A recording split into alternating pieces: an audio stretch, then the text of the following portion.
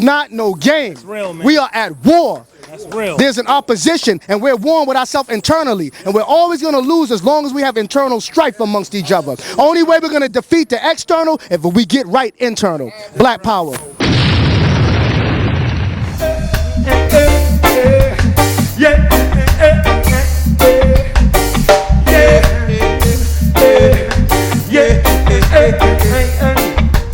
Love the life you live, lead the life you love. Love the life you live, lead the life you love. World is in trouble. I'ma get the action, shut the face up and girl the goodness and mercy, drip from the minds of the people of meditation, Jah. Deliver in lamentation, Jah. Oh, deliver in lamentation, Jah. Send us some goodness and mercy. Love the life you live, lead the life you love. Love the life you live, you lead the life. And it's a murder, them not a charge for. Of the chemical industry, them a run from cultivation. Goodness and mercy, driven from the minds of the people of meditation, Jah. Deliver right lamentation, Jah. Have mercy, lamentation, Jah. Send us of goodness and mercy. Goodness and mercy. Peace and black power. Welcome to another edition of Baba TV, House of Consciousness. Every time fire. It's my absolute pleasure to be in the presence of these two esteemed brothers, the spokesman for the House of Consciousness, and brother Roy Bay, who head of security, so who always have an important message, constructive information to give to our people today, brothers. Peace, love, light. Black power to the family. All right. Islam, people. Okay. So, what we're going to talk about today, a few different things. I wanted to address two main things today. The first thing I wanted to go into was this thing about the conscious community. I'm gonna call it to be or not to be. Okay. All right. Because we talk about and this is and the reason why I want to address this specifically is because, you know, when I listen to a lot of the responses and as far as in the comment section of the videos, you see a lot of people some of it is legitimate views as far as, you know, their disagreements with what you would term as the conscious community, certain people and certain antics, but they got a way of labeling and everything with a big brush. Okay, as calling it the conscious community. Here it is, you have people that claim to be mentally liberated, okay, are people who are dealing with a certain knowledge that is geared towards breaking the mental shackles, therefore becoming intellectually emancipated, okay, therefore being aware, which is synonymous with the word conscious means, who will refer to, I ain't one of them conscious Negroes. I'm not part of the conscious community, okay? So I kind of wanted to go in and address that. Like, we could talk about history, we could talk about politics forever, we can talk about Kemet, we can talk about the Israel, we can talk about all of these things, but sometimes I like to just deal with certain things as far as a psychoanalysis of the mind state of our people and how we view ourselves internally as people who claim to be enlightened, okay? And I just wanted to say what consciousness means. What it means by definition is basically to respond, okay, to the world around you from an awoken standpoint. To respond to the world in which you live, the society or the environment that you're in from an awoken standpoint, okay? So when we say consciousness, that's all that means. Now, everybody that says consciousness isn't even all that conscious, or maybe in an embryonic stage of consciousness, or maybe in an advanced stage of consciousness, or maybe battling with internal strifes or exterior strifes that's kind of hindering their growth in consciousness. But see, what happens is, because we live in a day and time whereas everybody has access to internet, people under the auspices of the name consciousness, or people that are not that conscious, okay? You have Google scholars, You have regurgitators, you have personality worshipers, and you have people who are just overzealous people with a voice.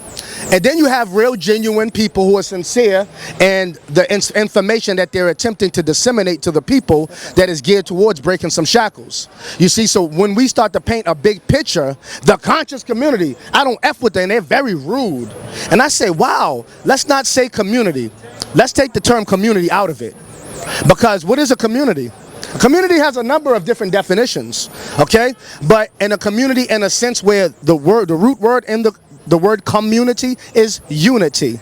The community, the suffix word of it, unity, is in there, okay? So because you have many conscious people who are in spurts, who are in fragments, who are in groups, who are just individuals, I'm not a part of nothing, because we are dealing with that dynamic in real time, I don't think that it is right, or it is real, rather, it is real to really address something as a conscious community if we as a people on our different levels of consciousness and our different schools of thought or in our different levels of development in what we call consciousness, because we don't have any real alliances between each other. We are not accomplices in our pursuits of collective and complete liberation. None of us, there is no conscious community. There is no real community in any of the schools of thoughts that we deal with, whether you call it a conscious community or not, because the key word is unity. And what I mean by unity is not we come together at an event and we buy wares and oils and incense from each other. Right. You know what I'm saying? That is a meeting, and those are the steps towards. And I'm not minimizing, okay, or being condescending to that, because those are the things that must take place. These are things that we need to engage in. But see, it is after the events, we all go on back to our home, we all go on back to the workplace, we all go on back to what we're engaged in doing without any advancement collectively, even in your organization. It doesn't have to be what you call the conscious community, because the conscious community consists of my brother Roy Bay. And when I say conscious, I am talking about by definition. I am not talking about the idea that is put upon, okay, certain segments or groups of people that are on a specific platform that have a certain kind of political, cultural, or nationalistic ideology. I'm not talking about that. When I'm talking about collective unity, I'm talking about where is the institution that we can go to get some goods and services from any of the groups, from any of the movements. I'm not saying they're not out there, because they are. I'm not saying people are not making efforts and strides, because they are. But I'm talking about, we like to always say or disengage ourselves from our people predicated upon ideological differences. And let me tell you something. It is because of that we are not accomplices in any kind of concerted effort to bring about any constructive change. That's what community does, especially in a community that is in a peculiar situation, that are products of being a part of a peculiar institution of slavery, which has a psychological, psycho-spiritual ripple effect in which we're all, to a greater or lesser extent, products of, that we're all trying to evolve from. There is different levels of consciousness: age, experience, organizational, developmentational levels, okay? People's commitment to study, people's awareness of certain things. So everything is a work in process, a progress. But because we're a people who are a product of being so divided along lines of class, along lines of ideology, along lines of religion, even if we agree with the same idea, there's a division along the lines of methodology or implementation of those ideas. Because of that, we don't have any real community anywhere, whether you just say it's the House of Consciousness or whether you say I'm a part of this community. There is no real community that has institutions, that has any kind of block voting or any kind of collective economics that they're utilizing to show forth and what real liberation or the attempt of advancement that leads towards liberation looks like.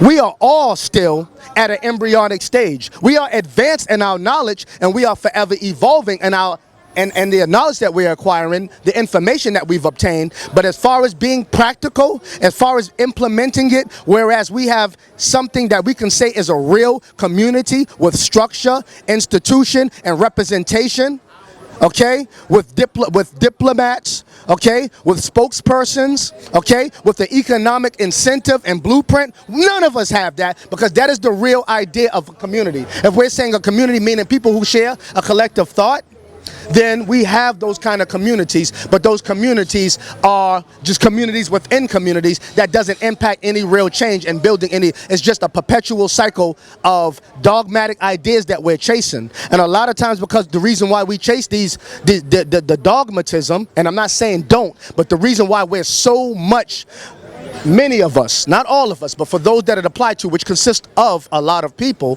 the reason why we go so much into dogma, debating about dogma, opposed to talking, having intellectual sit downs, okay, and plans about practicalities, and because we feel as though dogma is the only thing that we really have, whether we admit it or not.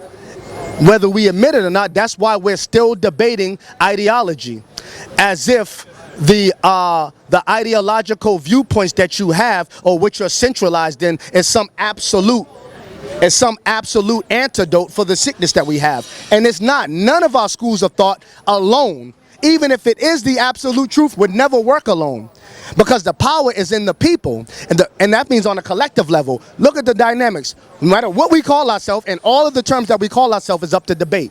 Whether I say we're black or not, and I know black is not a nationality, I do not say that as a nationality.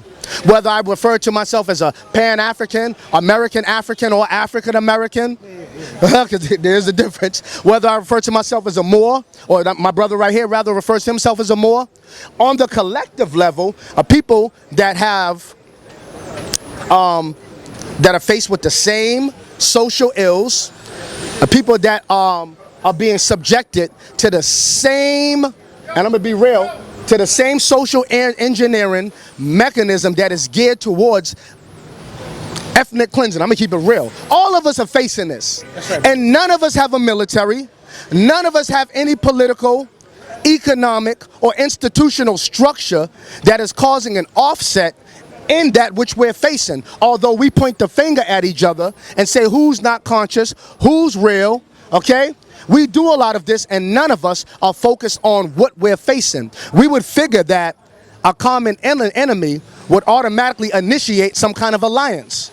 The fact that we have in common is a collective enemy, therefore a destination, a collective destination of damnation if we don't collect, regardless of what we call ourselves. This is the meat and potato of what we're facing. What is the whole purpose and functionality of knowledge?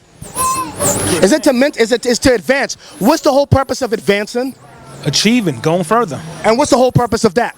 Self-preservation. Which is the first law of nature. The first law of nature. Now, the whole purpose and functionality of knowledge and advanced knowledge, okay, is for self-preservation. That is the common denominator. So in any of our schools of thoughts that we have, where we're so right on, I'm not part of the conscious community. I am a part of the conscious community. Not the pseudo-conscious community, but the revolutionary nationalist community. I'm not going to say black or white. Where if you're a revolutionary, you're about complete constructive changes. I'm a part of that. I am a proponent of that. I work with on the ground with people who are on it off camera. You know what I'm saying? Off camera to a great extent with that. Okay? So the only thing that is right, in my opinion, because it's not about which dogma, which doctrine is right, because at the end of the day, people are going to be who and what they are, and none of our doctrines are showing any kind of template that we can say, you know what, this is the move we ought to be making on a collective level, or paying a little bit attention to. This is what we collectively need to take more into consideration. Name the group or organization that is consistently and collectively doing this. I'm not saying that it can't be done. I'm saying it needs to be done, and the focus needs to be geared towards more so towards that. Because the only thing that is right is results. What we're facing right now as a people who are being set up for ethnic cleansing, because the purpose that you were brought here for is to be a worker, is no longer needed by the people who brought you here. You are persona non grata, a person not desired, socially, politically speaking, in America. You were brought here to work. You are the only ethnic group that is here, the oldest, longest lasting one besides the Dutch, they ain't even here, that is still here, that can't be deported. What do you do with a people that is an undesirable persona non grata population that is not wanted? Mass incarceration, medical experimentation, chemtrails, puppet false black leaderships to offset any attempt that you have to move and mobilize in the right direction. This is what we're facing. No matter what term, title, religion, political affiliation that we term ourselves by, we are all losing by proxy of the fact that we're not addressing the critical issues that affects the collective, regardless of land, label, politics, or political affiliation. So I guess we're all the unconscious community on the collective, if that's the case, or we're consciously unconscious. There's nothing like being an intellectual dummy. A lot of us are so deep, God damn it, we're deep as a puddle. Well, this is not that deep at all. And the reason why I say that, and it's not, and I'm only saying this to put in a frame of reference. It is not to disrespect anybody's specific ideology, idea, or the path that they're on. Because many people are on a path that helped them become a better person than they probably was prior to them getting on that path. So I'm not saying not to be on that path, but while you're on that path, consider some things. So as you travel in this path, you travel from a broader scope, perspective, and vision. As you navigate on your journey, okay? That's all I'm saying, because the only thing that is right in what we're facing as a collective is results. Without any solution orientation, we all are not right. We are all wrong to some extent. We're all part of the collective, unconscious, conscious community. Anything you want to add on to that, brother? Yeah, brother. Yeah, my man went in, didn't he? I'm not surprised at all. We spent about some hours today, and it was the usual line of questions. Religion, Islam, are we Moors, are we blacks?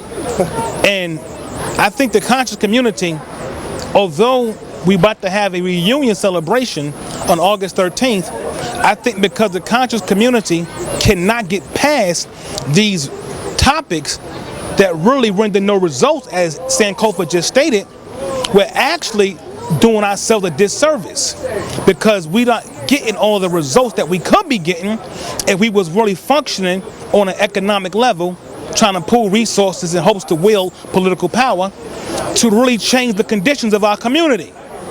We get more debates, more lectures, more of us trying to pile up on each other to prove who we are and who we're not.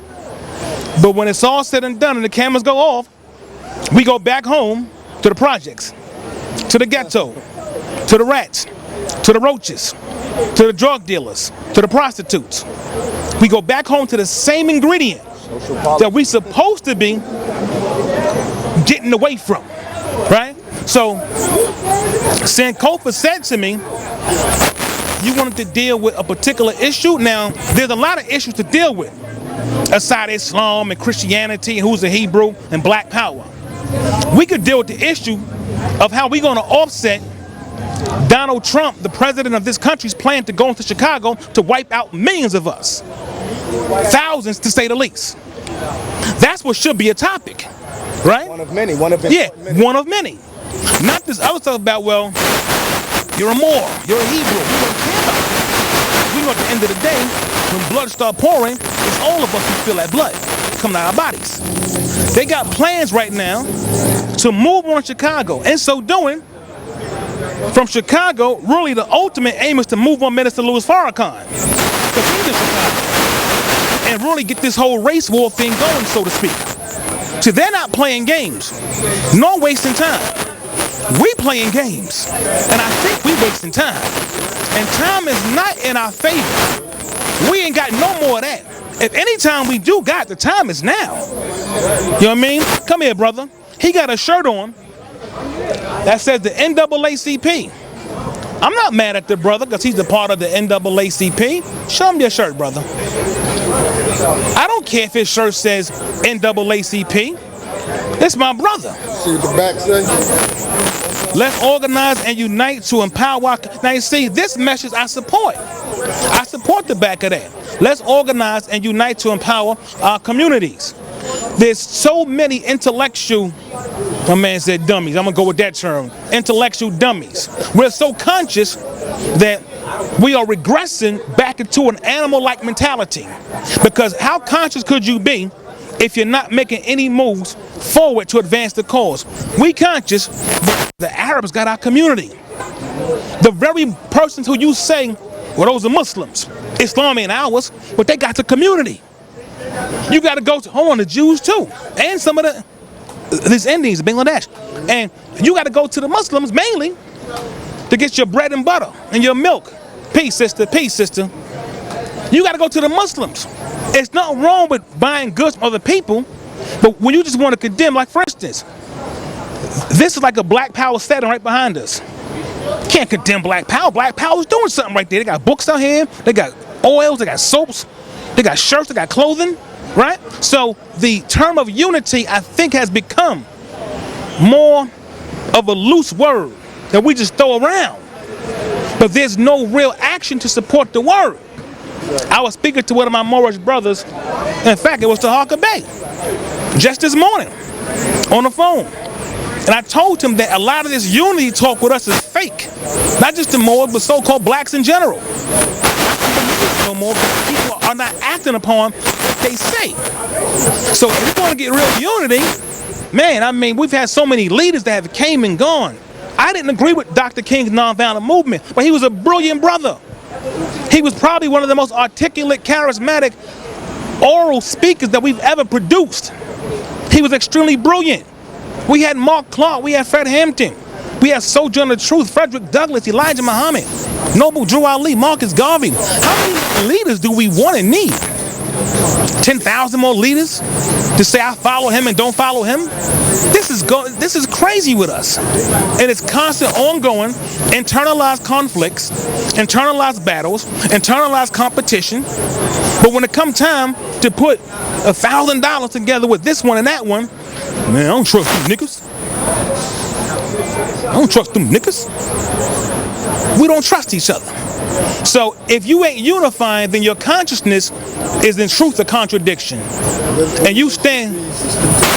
That's correct. So if we can get some brothers, I was telling Sai before, if we can get some people to say, take about 20 brothers, 10 sisters, 15 sisters in the conscious community. Just this body of knowledge alone. And each of them put in, say, about $1,000. You can get something going, some kind of business going, because I'm really not concerned with debating about histories and where we came from and what the religion was and fall with slavery. Your hand on the bottom of that. That's the antenna. Oh, wow. I ain't blocked too much out, did I? All right, cool. Yeah, so what is the method, Brother Sankofa, that we can really use to unify regardless of our insignificant differences? What can we do as a collective? Because the people are going to see the footage and they need to know. And hopefully, and all you brothers and sisters who watch these videos that we demonstrate on, right? If you're not taking this information and really applying it, then you're wasting your time. And we don't want to waste your time. I'm doing the best I can on my end right now to advance the cause. But I would like to work with y'all out there, you black men and women. I don't care. I'd like to work with you guys. And maybe you guys work with us so we can do something that's bigger than our egotistical false realities. Brother Sankofa, you said you wanted to talk on something earlier? Oh yeah, I'm gonna go into that. But before I address that, what you just said, very good points you hit on. It reminds me of a book that came out in 1967. I read it many years ago. And what the brother talked about, his name was Harold Cruz, a brother by the name of Harold Cruz. And the title of the book was the crisis of the Negro intellectual. The crisis of the Negro intellectual. So some people at the time, many people say nowadays that book was written on time, but a little bit before its time. But nowadays, it's right on time, because some people perceived it then to be like a verbal artillery towards initiatives and movements and organizations of the day.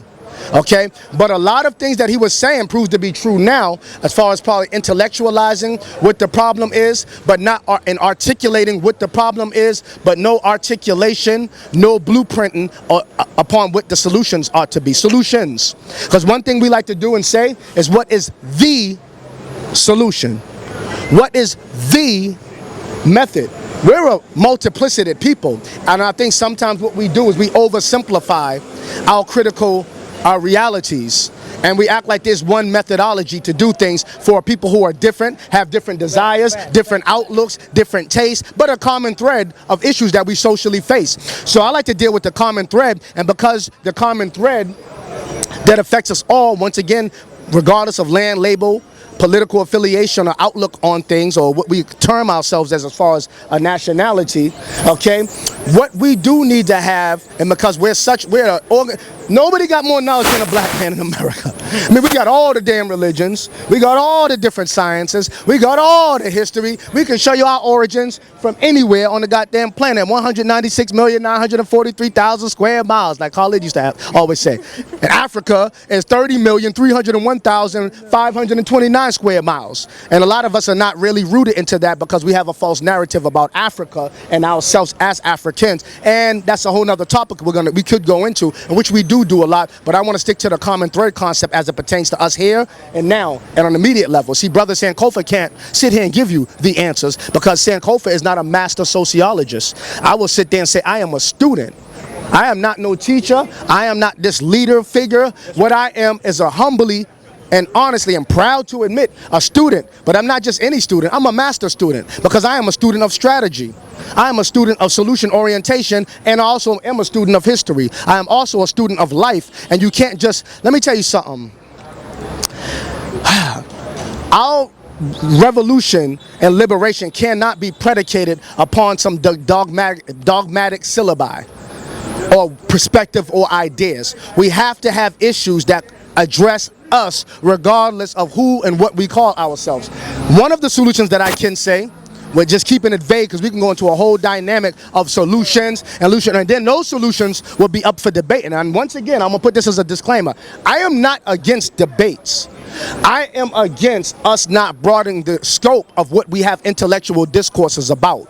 If we're gonna debate, or we're gonna have, let's not call it even debates all the time. In some cases you have to have debates, let's be real. But in many other cases, we need to have intellectual discourses and workshops for solution orientation.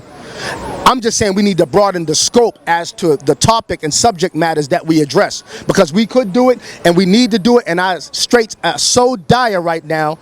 Okay, it would be in our best interest, okay, for our own survival to start to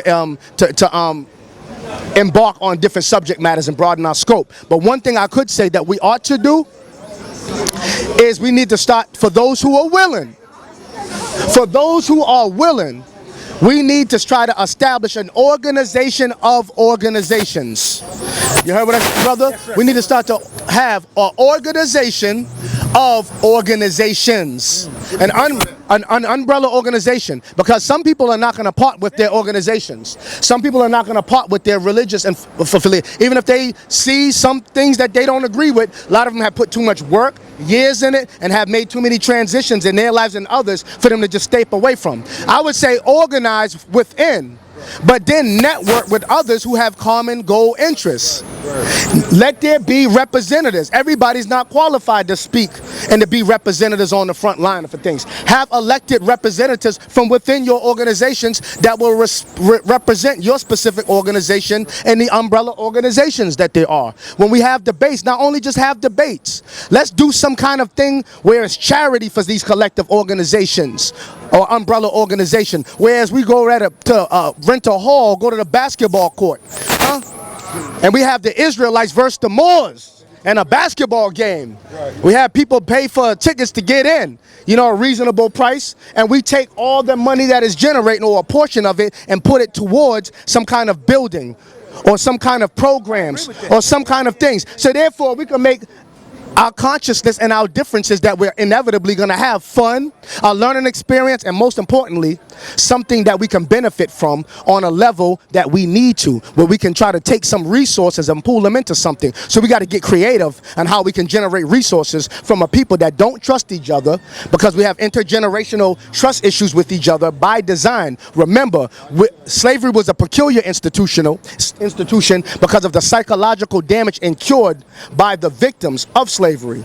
Okay, so what you seeing and the disagreements and all that and the debates are inevitable to a greater extent, because for people seeking knowledge that have been in mental slavery and physical slavery longer than they have been emancipated, the residue, the psychological, the psychospiritual, okay, which translates into many different dynamics of our personalities and our conditions and how we relate with each other. We have to consider these things. We are not a people who are healed. When have the psychological healing ever take place? Huh? When has we are made indigent because we lost sovereignty, we lost our land, we lost resources, we lost our identity? When have we been able to economically recover? Huh? We were never given any kind of reparation, not even in the form of free education or land. They tried to give it to us in a Homestead Act, but they played a lot of us out of that. And then they advanced Homestead Act 1864 under 1862 under President Abraham Lincoln. Okay, and then you have the government sanctioned redlining through the FHA, which even further marginalized us economically and politically, any strides that we ever had to have. And it's not playing the blame game. The blame game is when you're saying that the white man is stopping anything that we're gonna do, so why try? What I'm doing is analyzing, how do we get like this? A people with all this knowledge, all these sciences, all these schools of thoughts, the Feds, the Black Power, the RBG. Our analysis on these things are so on point, that we are so powerful as a people. Why are we powerless politically, economically, and on these other levels? We can say that because then it takes sacrifice, long-term commitment, and organizing and strategy to face that opposition, which a lot of people deep down inside are afraid of. But deep down inside, they're afraid of incarceration, even the thought or the threat of incarceration or loss of life. Many of our people are afraid of it. Many people just don't even know where to begin. Many of our people are so brainwashed, they don't even know that they're in a fight that they need to be fighting in. You know what I mean? We're waiting for something to come and relieve us. Okay? And so is the Jew.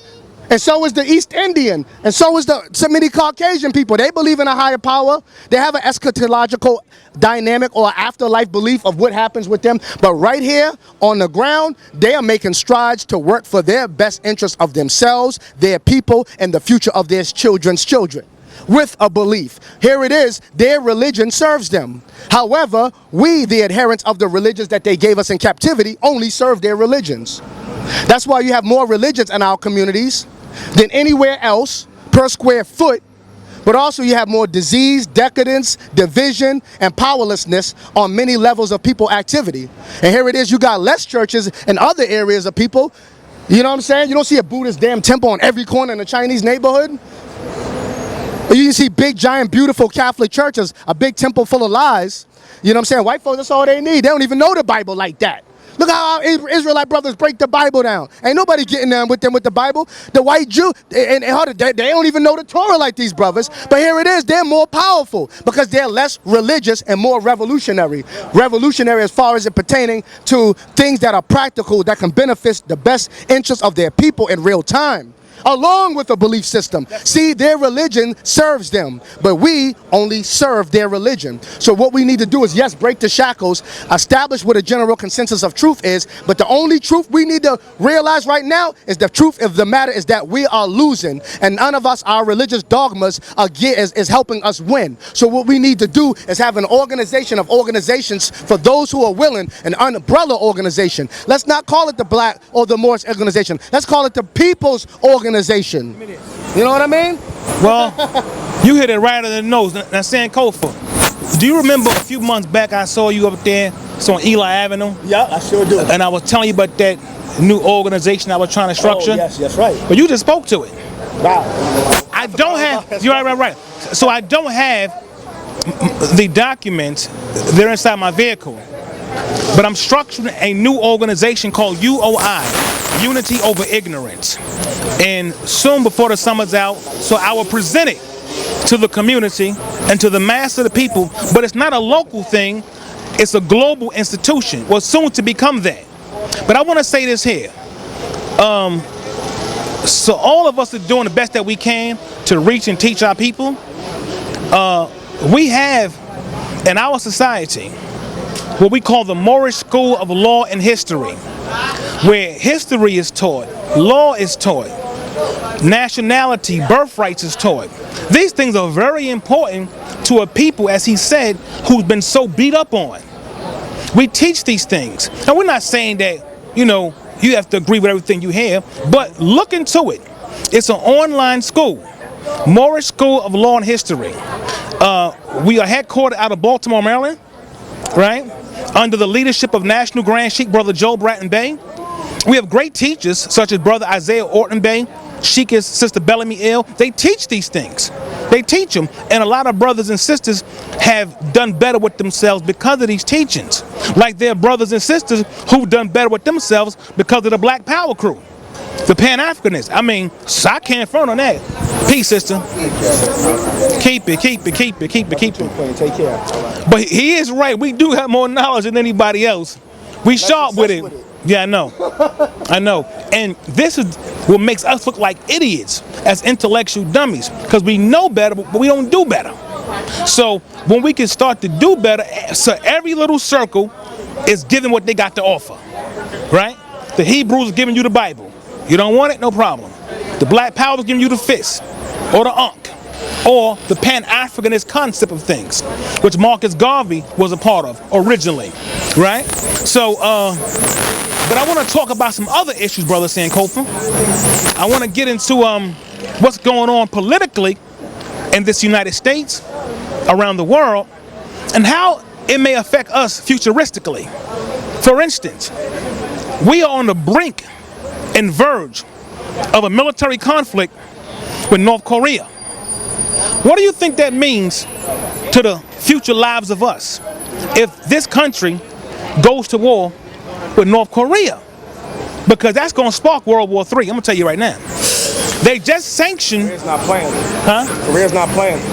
Yeah, it's not playing at all, brother. Say this. Yeah. Korea has a standing army of 1.6 billion people, I believe, or 1.6 million. That's what it is. I said billion. I kind of OD'd. Yeah. I believe it's 1.6 million. You know what I'm saying? From last I checked. But check it out, though. That's serious. It's very serious. And what we need to be doing, brothers and sisters, is focus on a contingency plan in case there is a military strike, whether from this country or against this country. Because either way, it's going to involve us. And we have right now close to 500,000 brothers and sisters in the U.S. Armed Forces, right, who can be killed in a conflict with North Korea, not to mention Russia. It's funny how the United States goes into these little Muslim countries and they bully.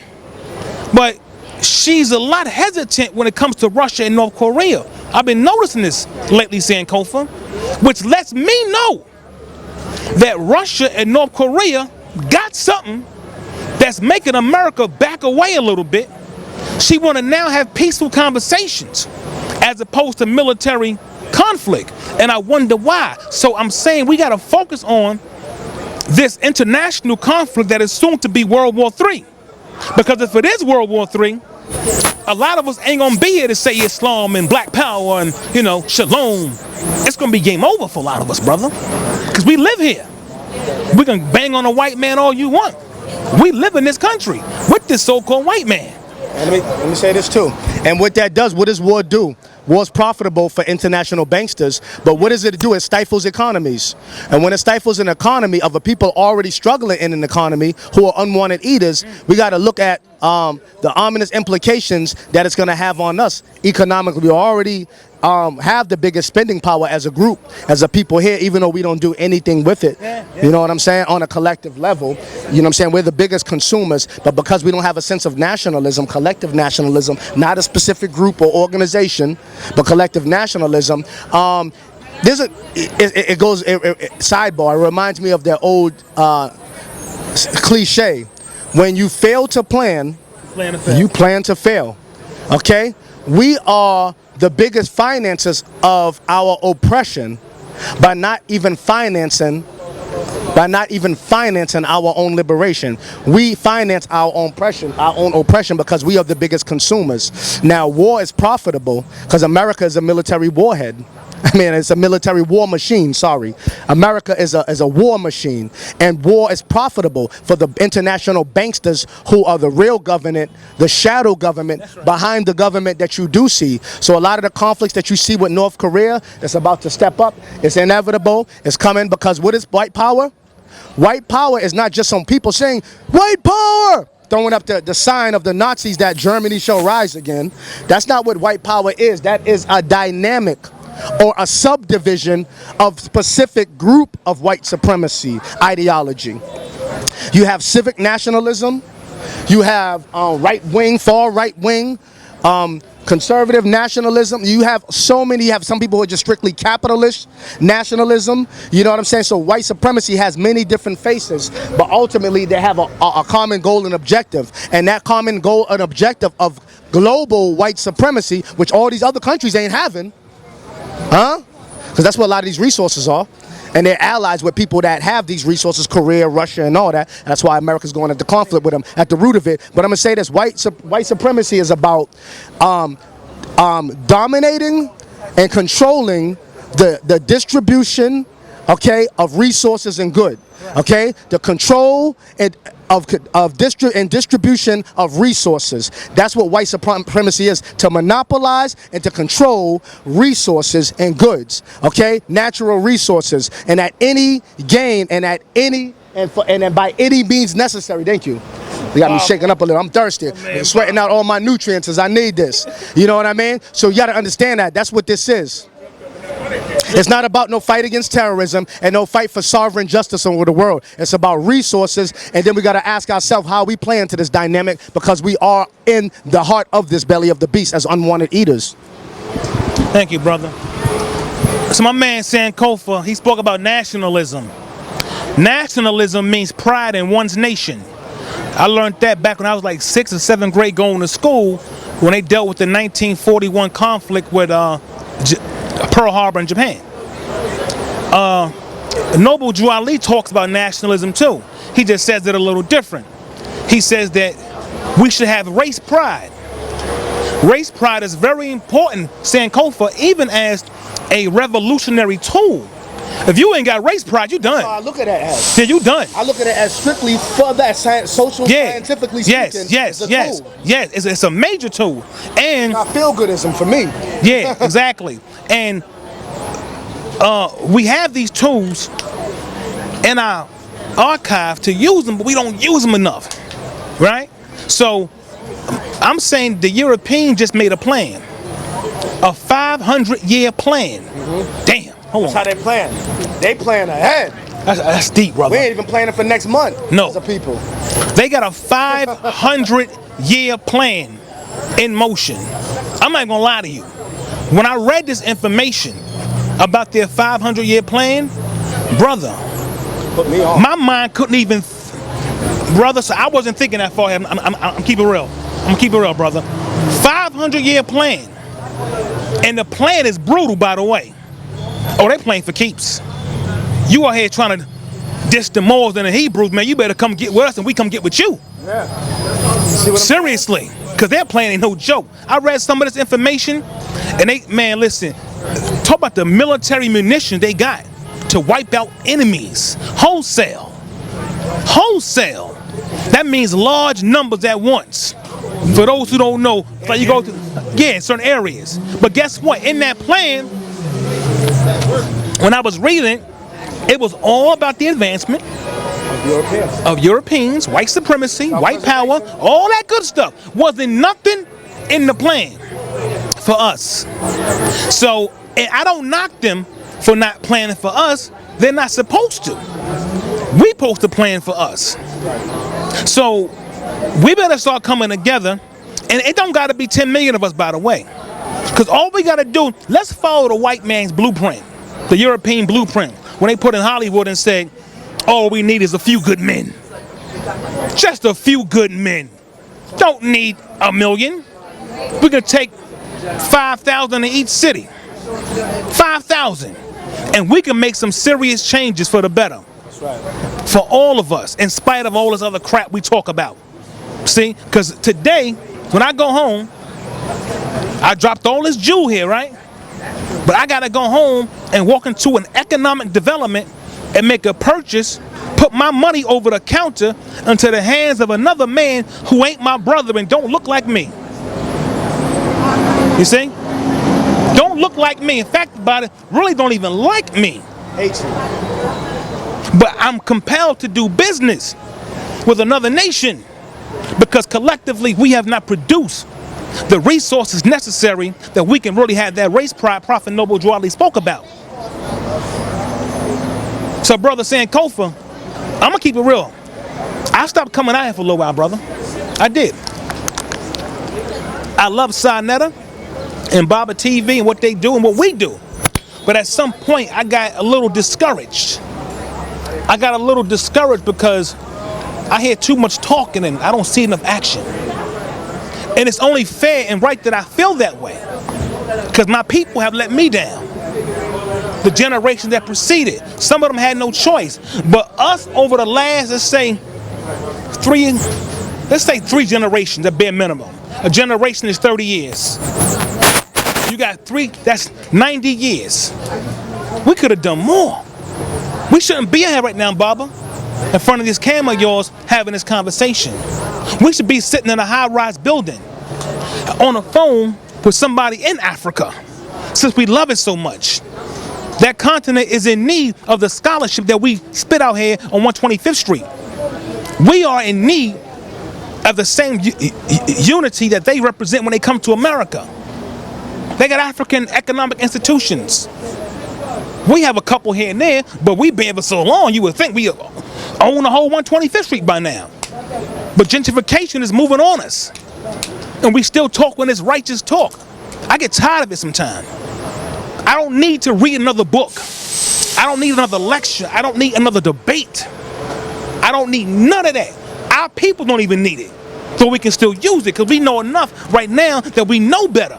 Gentlemen, I'm going to take a picture, right? Go ahead, brother. Go ahead. I want to address something to it to add on to your point. Yeah. So, what are we going to do after August 13th in the conscious community? What are we going to do in the Moorish Science Temple? What are we going to do in the circle of the Hebrew Israelites? Huh? What are we going to do in the law school of Mecca, in the Nation of Islam? And all these little bodies of knowledge that we got, these groups of people. Because I need to see action now. And I'm ready and willing to get involved to take that action.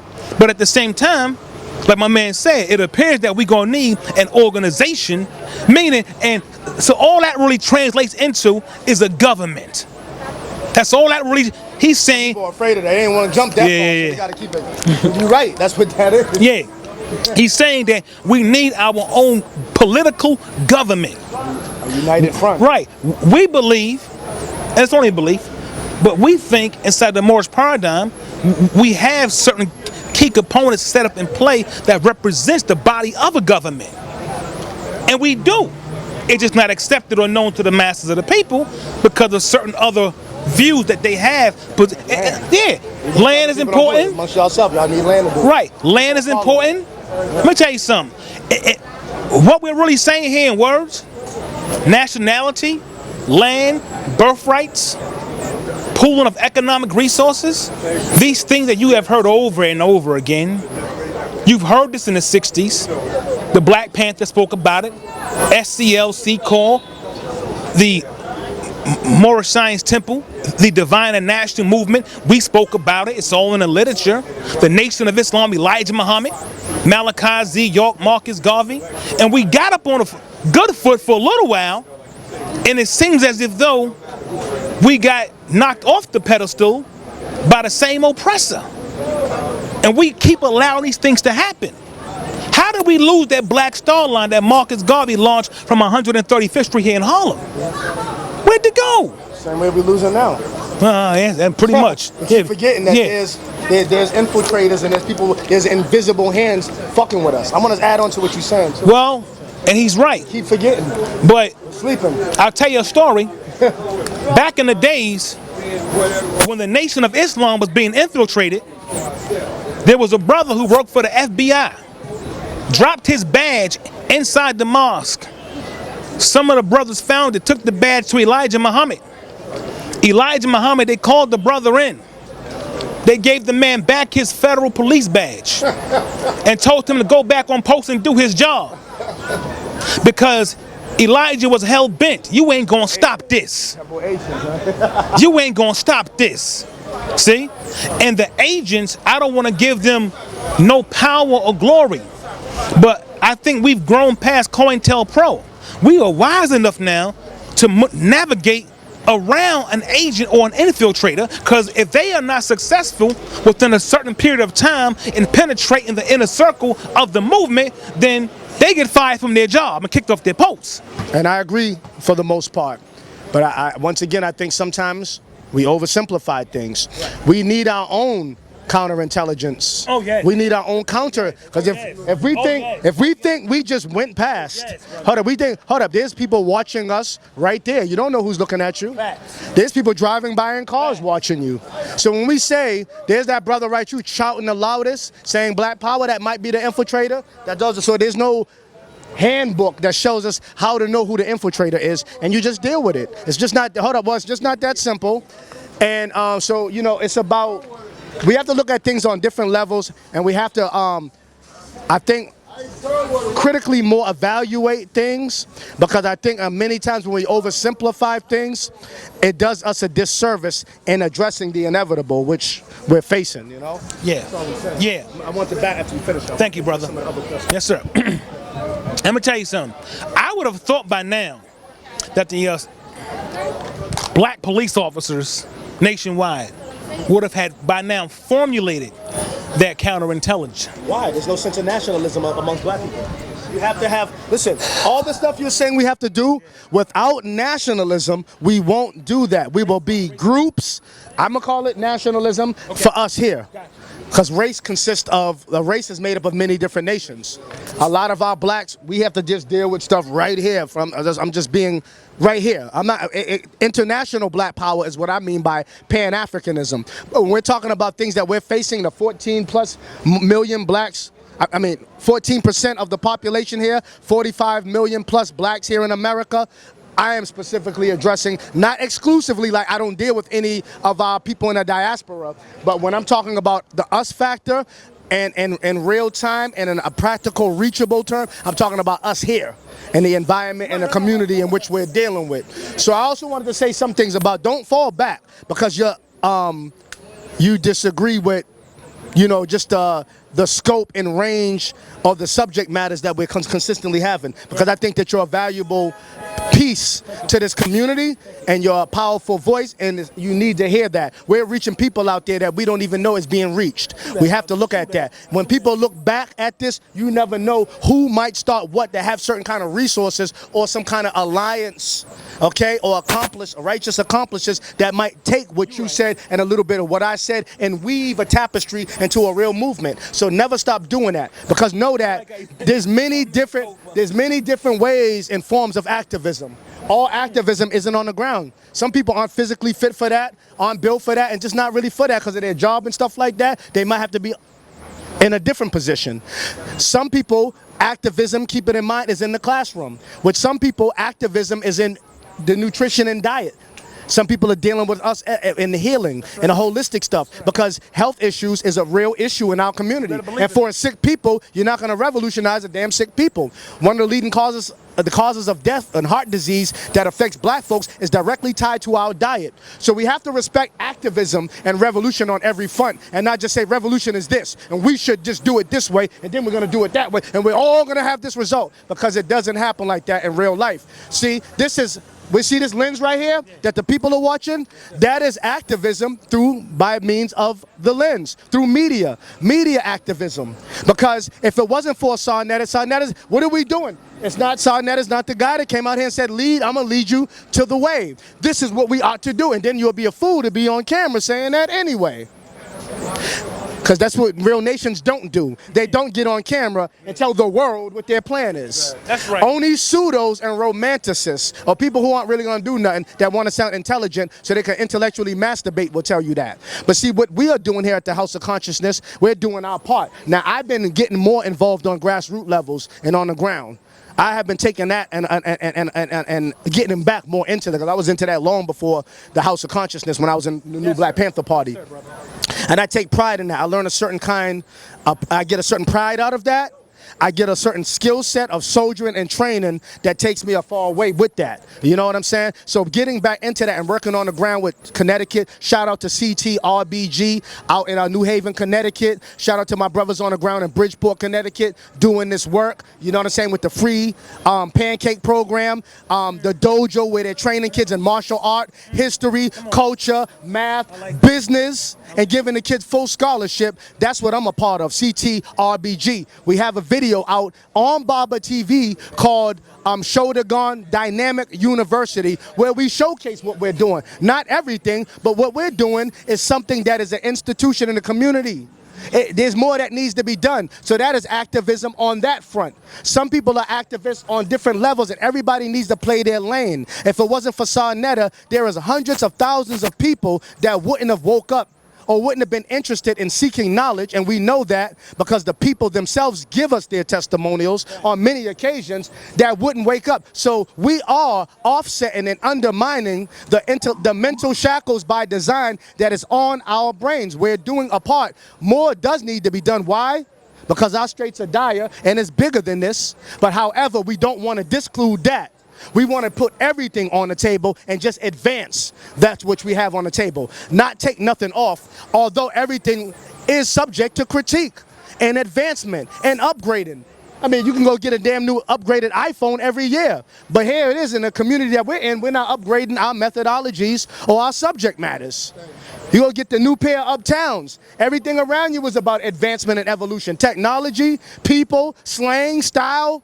So some things, the message and the idea to fight for liberation will never be played out as long as oppression is real. But I think methodology, tactic, organizational skill set, and developmental processes are things that we need to upgrade and things that we need to really put on the table off camera to discuss. You know what I mean? Let me show you something.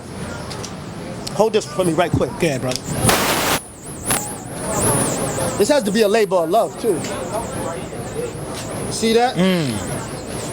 Absolutely. The fight starts with, you see that? Absolutely. All the people watching, what are y'all gonna do? We can't do nothing without you because there is an us factor. Us, like US, us. You know what I'm saying? United Slaves. Even though we're not slaves. You know what I'm saying? I'm quoting that from the old organization that used to be like that. We have to have a us mentality. But out there, doesn't mean you have to hate nobody else necessarily. A lot of times we get it distorted and we think that to say black power or to be to say black power or to be nationalistic means that you automatically have to hate nobody. No. Once you teach people who they are, or what they ought to be, because we're a lot of different things than we were then. we are different people now. Okay? Once we learn some pride, okay? Once contradictions are exposed, nobody has to tell you to hate nobody. You automatically know what to do. Once contradictions are exposed, truth is made manifest. Okay? Nobody has to teach you to hate because you'll love yourself enough to be in opposition to anybody that is in opposition to you. Yeah, we need help as a people. Should we need so much help that help needs help helping us? That's how much help we need. But see, it all starts with you. We are the alpha and the omega. We are the problem and the solution of our own dynamics. Hey, look at him. You funny comedian. Get on out of here. The militant comedian. The militant comedian. Hey, you know, and... We're close up. We don't got to go to the other topic. Okay, brother. Okay, leave it alone. Yeah, so we would like to see more of our people come out from different schools of thought and contribute as a contributing factor to the upliftment of us. We can still work within our immediate circle, but at the same time expand our network by integrating ourselves with the community at large and learning how to work with them. Not just on occasions, not occasional work, but consistent work, daily work. Ooh, I like that. Because a lot of us, we only just do things at the rise of an occasion. Video art. Yeah. And then say we did so and so. That's insufficient. That's a bounce check. Whereas all of us are needed for the liberation of our people. Hebrews, Moors, Black Christian Church, Many. for that matter. Let me tell you something. Look. We have strong philosophies, Yeah. good doctrines. We're smart. We're not going to get too far without that Christian Black church. We need them because that's what most of our people are. Most of our people are not in the Moorish Science Temple. Albert Klieg. They're not in the nation. They're not in the Black conscious community. They in that Christian church. In Jesus' name. They raised $1 billion last year. They've been raising billions every year. They've been raising billions every year collectively, right? And over the years, their financial growth has went up collectively. We can't say last year we raised that kind of money. That's enough money. Remember, if Colonel Muammar Gaddafi was going to give Minister Farrakhan $1 billion at first, and they just raised, let's say, okay, $10 billion for the year collectively. See, the answer to our problems is not external, it's internal. The answer to our problems, we can solve it all in 20 minutes. So the brother with that shirt, I like that shirt. Right. That's a nice shirt, because I've been saying for the longest, when I hear my family at home say, well, what we need to do, I say, forget the we, what about the I? Because the we starts with the I. Listen, whatever I want to see in Sankofa, or any brother or sister, I do it within myself first. I strive to be the change I want to see. And so I have assimilated myself into the conscious community as a Moorish American and have been accepted. Even though we challenge each other on information and, you know, sometimes things get a little high-spirited, if you will. That happens naturally, unfortunately, when men dialogue, when they are strong in their views, opinions, and their belief systems. There ain't nothing wrong with that. You know what I'm saying to you? But at the end of the day, whether he agree with me or I agree with him or she agree with me or she agree with her, we brothers and sisters. We brothers and sisters. Look at this, look at this. This is beautiful. Black power, Moorish power right here together. They talk about this. This is a prelude to what we're going to be seeing at the Unity get together on August 13th at the Alhambra Ballroom. And make sure you're in attendance because we want to talk about solution orientation. You know what I'm saying? We're going to take a pause from the debates. We're going to take a pause because we get too emotionally wrapped up and what we consider to be an assault on our dogma or our belief systems. So ultimately, none of us are right unless we're right. What do I mean by that? Because we're righteous, we're striving to be righteous, but we're not right politically. We don't have any power. There's no power brokers, all right, doing the bidding for our people in any of these movements.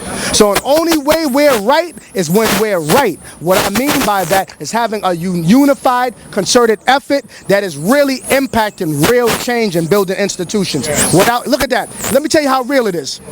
More black power, right? We all the same goddamn people. You know what I'm saying? You see me going to Stop and Shop one morning while you're at work waiting for, you know what I'm saying? Waiting for your taxi cab business. While you waiting, we start building right there, right? We wasn't, oh man, you a Moor. We can't talk. Come on, man. We got to cut that nonsense out. And I'll let you know right now, if I had to, and I don't want to, but if I had to, I would die tonight defending you, brother. I wouldn't care about the fez that you have on. He don't wear the RBG. He has a fez on. You know what I'm saying? And I'm sure that the feeling is mutual. You know what I'm saying? Now the key is to try not to die and be strategic. But if I would have to and all else fails, I'd be willing to sacrifice my love as a sacrifice of love for this brother right here or any of my Moorish brothers or Hebrew Israelite brothers or anybody out there because it's not no game. Real, man. We are at war. That's real. There's an opposition and we're warring with ourselves internally and we're always going to lose as long as we have internal strife amongst each other. Only way we're going to defeat the external if we get right internal. Black power. That's my man right there. Always laying it down like peanut butter and jelly. Oh man, making me hungry. I want some bananas. Whoa. Hey, look at here. You know, years ago, when I first started to do this whole security detail inside this little House of Consciousness thing, I called on the first soldier was Sankofa. Is that correct, brother? The first soldier. And I also told Sarnetta numerous other times, he may not know it, but I said to Sarnetta, I said, if anything ever happened to me, and I can no longer do security detail as head of security, please get my man Herman Smalls out here. That's a fact. Because he was the second soldier that I saw. That's a fact, brother. Because he's smart, he's brilliant, he's intelligent, and he's a soldier, and he's a peaceful man, and I believe the man got a lot of justice in him. It's an honest to God truth. Security is also conflict resolution, too. Mm-hmm. Get that nigga, it ain't always right. It ain't about that. So, to my Moorish family, we need to be out here more. We need to be out here involved in this conscious community. Again, not on occasions, but we need to be out here really showing that unity that we talk about in the temples. We need to be out here standing with the masses of the community, because today it may seem like they need us, but tomorrow we just might need them. And a lot of them can do a lot for us too, even as black people. Let's not get too caught up in our philosophy and our doctrine that because we have proclaimed nationality that they can't assist us. We need them. We need this community. We need all our people in America. And it is unwise on a Moorish part, from a Moorish perspective, to segregate ourselves from our people because they don't believe in what we believe in, or they don't follow the footsteps of our prophet. We got to continue to reach for them, and hopefully we can put our hands together as Moor and Black Power and build bonds of affection. We're not going to be successful without each other. We're not going to make it. We're not going to make it without each other. It's not enough for us Moors in the country to make it without. Man, we got about close to 45 million here in North America alone, and we don't even have 1 million Moors in the country. Mathematically, it is wise for us to build relations and establish relations with the black community. And I'm saying black, that's what people are at. And I respect people, you know, and their portion of understanding. You know what I'm saying to you? So I would like to see more of us, those of us who are more than New York City, who can be out here more often than not. The subject matter at hand is this. We can come out here with the conscious community and not always have a debate, the same one we done heard 1,000 times any darn way. I'm tired of hearing, you know, about them, you know, who's a Moabite, who's a black man. I don't want to hear it. 13 part 10. I don't want to hear no more. These debates have been taking place since the days of Taj Tariq Bey and so forth. You know, over 10 years we've been having the same discussion. I think it's time we switch gears and move in a more productive direction that we can all get some juice and put into our tanks and go forward with. So, I want to see more of the Moors out here. Even some of the Moors who don't like me and I don't like them, that's okay, brothers, sisters. We can set that aside. We can set that aside. And y'all know who I'm talking about, because we got to ride into that higher self. Unity cannot be what we say out our mouth. It's more of an action of practice. It's what you do and not what you say. You got people out here who can't even orally talk. They utilize sign language. But like the ants building a sand mountain, they got more unity than we do. And we got all the physical faculties in play. We can talk and all that. But our actions are too contradictory to our words. So the Hebrews, they come out. Moors, we got to come out more often. I'm sorry. Don't be scared of your people in the conscious community. I got to tell it, man. Stop being afraid of out here. You ain't got to represent Black Power. It ain't got to be your thing. My man, he represent Black Power. I respect him where he's at. I don't represent Black Power, but so what? He respect me where I'm at. But we got to come out more so we can reach our people, because Sarnetta just got an award from YouTube. Sarnetta got an award from YouTube for having 100,000 subscribers, right? If you think for 1 second, us Moorish Americans, you think we can ignore 100,000 of our people? we got to come out and demonstrate. We're not going to get nowhere near that number to walk with us. But at the same time, if we took 25 out of 100,000, that's better than what we had before we got here. We got to get out here and get involved, man. We got to stop running from Sinetta TV. Support Morris World TV. Support Baba TV. Support, what's the other one called? So In the Black, whatever it's called. Support Sinetta. Support these platforms. We have a powerful instrument. This social media thing is powerful. So let's not ignore it. Let's embrace it and utilize it strategically and productively so we can get those results that we spoke about when he was speaking earlier. I'm going to be out here in the conscious community. I mean, I'm not going away because there needs to be a Moorish presence in this community. There needs to be a Moorish presence in the community. Some of the Moors don't live in New York City. They come down that time. Lord Abba, he left here. He live in Georgia. I have to go get him and take him back to the bus stop pretty soon. But I'm here. There's other Moors here. Y'all got to come out. If it means, you know, having a couple of conversations on camera, then guess what? Do it. Because you might do some recruiting like that too. Quiet as kept. You might, hey, Kofa, so before you walked up here, right? Oh, they was going at it earlier, bro. I'm telling you right now. Yeah. So when you said that, so I should reconsider not giving up on the community in terms of elections and debates, right? The brother walked to the corner and he said to me, he said, hey, Roy B, he shook my hand, he wouldn't let it go. He said, of all that commotion that took place, he said, you was the only real one that handled yourself properly. And before he did that, so I told Rabon and Garfield that scholarship is not just what you say, but it's how you conduct yourself before the people. If you want to present at the podium before our people worldwide, I would hope that you have more maturity levels, that you conduct yourself as a civilized human being from a professional perspective and make your presentation like that. We get listen, if we out here building, we not in the gym working out. I mean, we building a mind. Right, we building a mind. Neurocalisthenics. I love him. He stayed with something. But we're building a mind.